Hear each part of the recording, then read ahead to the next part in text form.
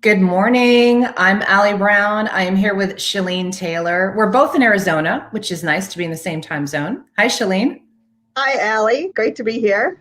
It's great to have you on. So this is We Lead Live, and this is actually the last episode of season 2. I can't believe it's September. So we did a few weeks of these shows, and I've had on some amazing women who are really, not only have great stories on how they built their companies to the 7 and 8 figure ranges, but also we're talking about how they have navigated this year. And, the story of someone navigating this year, perhaps with an online business, is a lot different than the story of a business owner who has physical locations, 200 employees. And that is why I'm bringing you Shelene today, because it's been I'd say a year of highs and lows, and it's probably made for a TV movie. When you think about it, It is. what you've been through. But first of all, can you just tell everyone a bit about you and your business, the current state of your companies? Okay. I have 9 locations in Arizona. One is in Chandler, the rest are in Tucson and the outlying areas. And like you said, I had 200 employees when the pandemic hit. And I'm also a coach and consultant, and I'm part owner of a hybrid massage training program of massage schools. And I have 2 schools here, one in Chandler, one in Tucson, where I have my private post-secondary license, and we've just enrolled 72 people into them and are starting that process. Wow. So when we go back, can you tell everybody a bit about how you decided to go start a whole chain of massage studios and these other companies to kind of know a little bit about your background? Yeah, I actually went into massage because it was recommended to me that it would be a trade that I could travel with. So I had wanted to become a massage therapist and go work at spas or resorts around the world and kind of be a beach bum, so work part-time. Mm-hmm. And so then when I got out of school, I was hired at a place over the phone. I never did a hands-on interview. And so I went to work for them. And after 2 months, they said, well, we don't want to do this anymore. We're going to close it down. And I said, oh, because there weren't very many places to work at that time. I said, well, how about if I just take the lease over and I'll just keep doing it? Because I was the only therapist pretty much. So that's how I got started. And I never really had originally intention to have a chain. That came later. It just kept unfolding. Yeah. So now at that moment, did you I mean, that was that a big decision, or for you, have you always just kind of been like, well, this makes sense, I'll do it, there's no risk? Like, you didn't see a big risk in doing that? No, I didn't. Yeah. So I just did it. So I had to teach myself to be a long range thinker, because I'm pretty much a 90-day thinker. So I just look at the next 90 days. Oh, I can do that. Oh, I can do that. Mm-hmm. Mm-hmm. And here you are, and you have 9 locations, right? You built your chain into the multiple millions. At the beginning of this year, you had over 200 employees. We're going to talk about how this year has been for you and how you've navigated through that. But I always just think it's refreshing to talk to, when I saw your application come in for the trust, I was like, oh my gosh, she's got like a real business with real locations and real people, because it's just so kind of, it's grass is greener to many of us. We look at that and go like, wow, that could be kind of interesting and fun. But then, okay, so when you knew that COVID was hitting, let's talk about the past year and the highs and lows of that. I mean, you were in a business that was, I'm going to guess, one of the first to be shut down. Let's talk about the spring and then the evolution. What happened? So in January and February, I mean, it was, becoming apparent that this was becoming an epidemic or pandemic, well, epidemic at that time. And then in March, they just shut down, or shut down Arizona. So we had one day, it was basically one day to close the next day. Mm-hmm. And so we had, I don't know, I mean, still multiple clients on the books, and a full staff of 200 people. And so I had to furlough 200 people, which was the most heartbreaking experience that I've ever had in business in 34 years of business. And I was able to keep 4 people on full time, and we doubled down pretty much on reaching out to clients and keep maintaining relationship with our staff. Yeah. Yeah. What did you do during that time? Just try to stay in touch, or like, what do you do? Originally, I thought, let's see. My mind went to, how do we do drive-by massage? Because they were still allowing. I heard there was like a drive-through strip club somewhere. It was on the news. I'm like, well, you got to keep the biz going, right? So were you actually thinking about that? Like, they could reach out and go like, yeah, somehow, like, what could we do, right? But I also knew that I was not going to stay closed for long. I knew that there was going to be a way to reopen safely. So what we did instead was, but when you're thinking about ideas, you don't know where that's going to take you. You don't know where that creative thought's going to take you, but there wasn't really anything we could do. So what we did was keep in really close contact with our clients. So, and I thought about, having a therapist work with them online and charging them for that and teaching them stretches and all of that. But we ended up just giving them value. So we sent weekly emails with meditations, self-massage, stretches, how to de-stress on their own. So we kept doing that. And then with our staff, that was a harder part because the DES, which does the unemployment, wasn't really set up yet. I mean, everybody did the best they could, but some of our staff wasn't getting any help. So we spent a lot of time working with them, keeping in touch with them to make sure that they had what they needed to survive this. And actually, out of that, we're doing a 401k for them in January of 2021, because they had their therapists, and most of them work part-time, and there's not a lot of resources, and it's just the artistic nature of the field.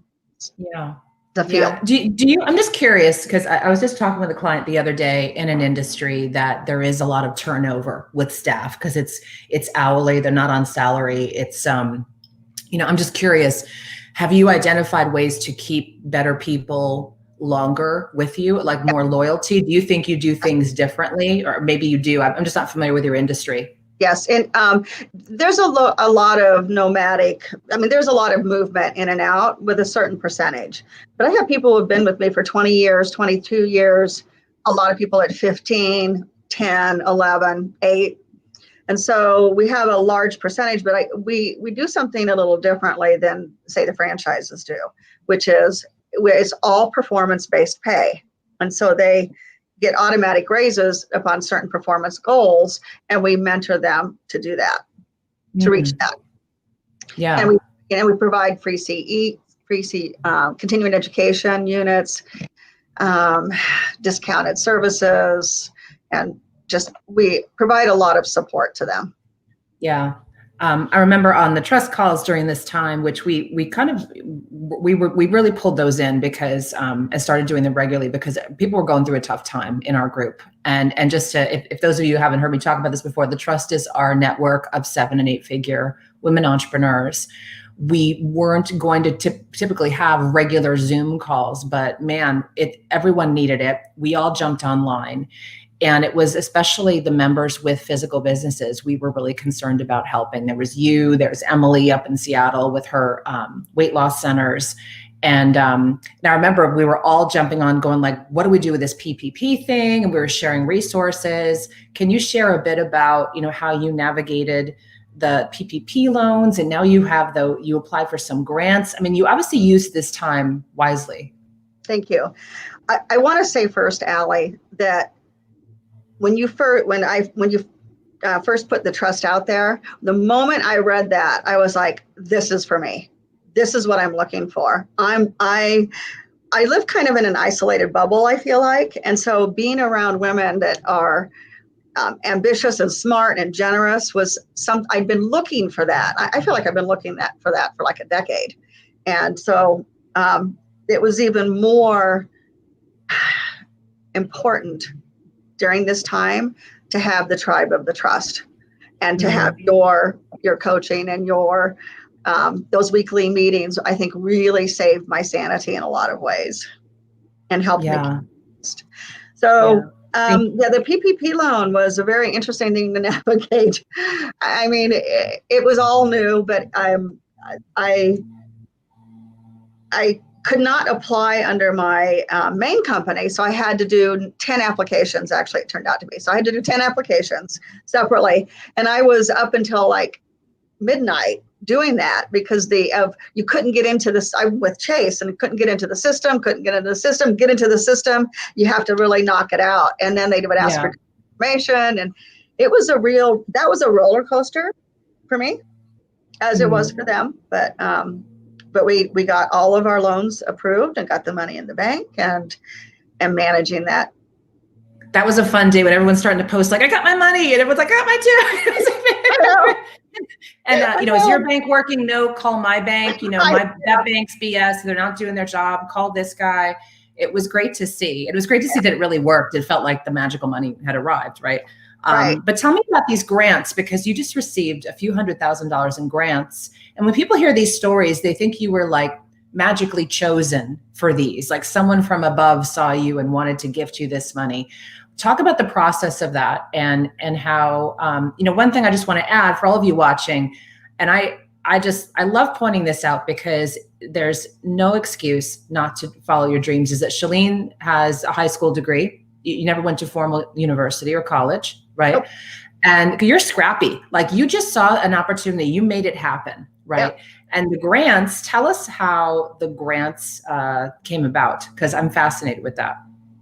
So after getting the PPP loans, one of the things about the massage field right now is that the largest trainer of massage therapists across the nation closed down.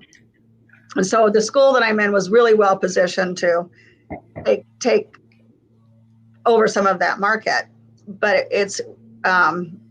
so we were looking for different ways in which to help students go to school. So I was doing research in Arizona for grants. And so I typed in grants, Arizona, training, jobs, and this website popped up, and right in the middle was a big yellow thing saying, due to COVID, $1.3 million will be given for training grants between a certain time period. So I'm like, wow. So I reached out to them, got the information. It was very simple. I applied for 72 students. So I got $360,000, which makes my grants this year almost $1 million. And I've never applied for a grant in my life, never thought about it, but I knew that there's money out there, and there's more money coming too. And there's still money out there for business owners to apply for. And the process on this one was really simple.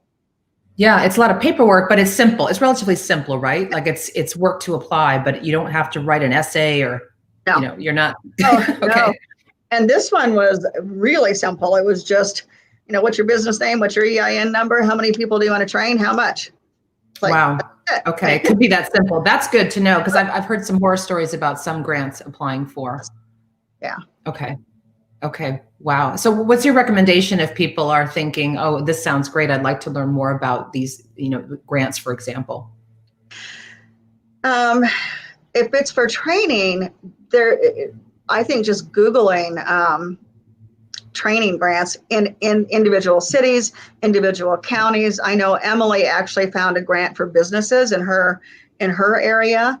When I looked for it in Arizona, it was more of a local thing. I couldn't find anything like what she had. So I think around the country, it's going to be very different on what they're offering. That's a great point, because we don't think sometimes of looking locally for local grants and local programs versus everyone usually thinks of something federal. So that's a great point. Right. Well, I think what happened though, my understanding with a lot of the federal money went to the states and then to the cities.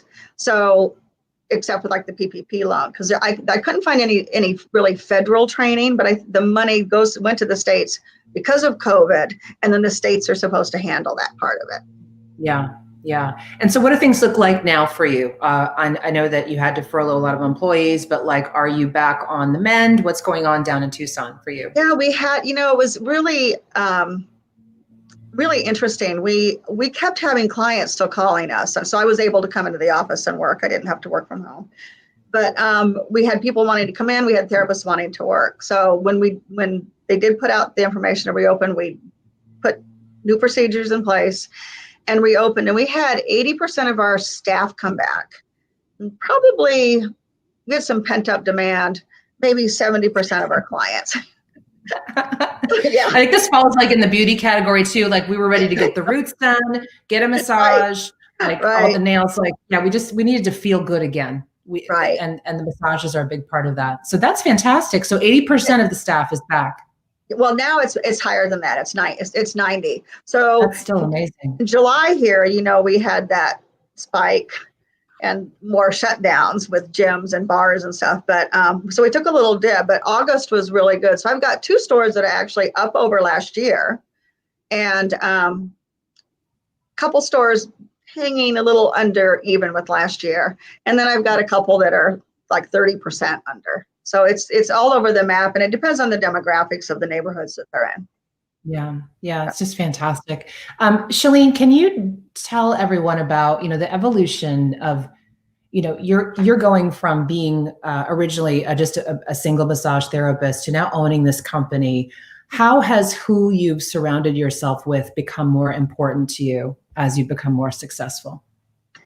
That's what has helped me get to success, is surrounding myself with people who actually know more than I do, think bigger than I do, and are generous and with their wisdom. So for me, there's who you surround yourself with is how you bring more into your life and more success. And so that's the most important thing. So that's mindset.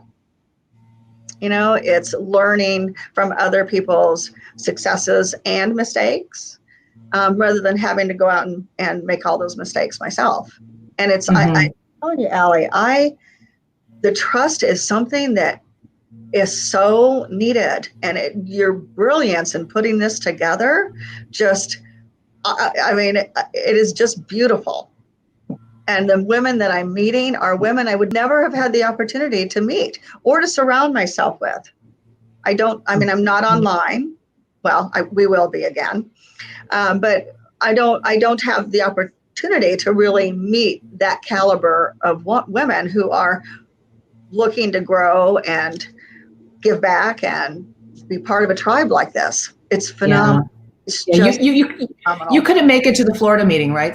But you're going to be at this one. Right. My husband had retina surgery. I was signed up and ready to go, but he had retina surgery. I couldn't leave him. He couldn't travel. No excuse because you're driving up here. So yes, no I'm really looking forward to it. And let me tell everyone a bit about this if you would like to join us. So the Trust is my new network for 7- and 8-figure women leaders. Why am I focusing on this segment of women entrepreneurs? Well, it's really interesting because there was a study that came out the end of last year. It was the Amex women-owned businesses. There's 2 sectors of fastest growing women-owned businesses.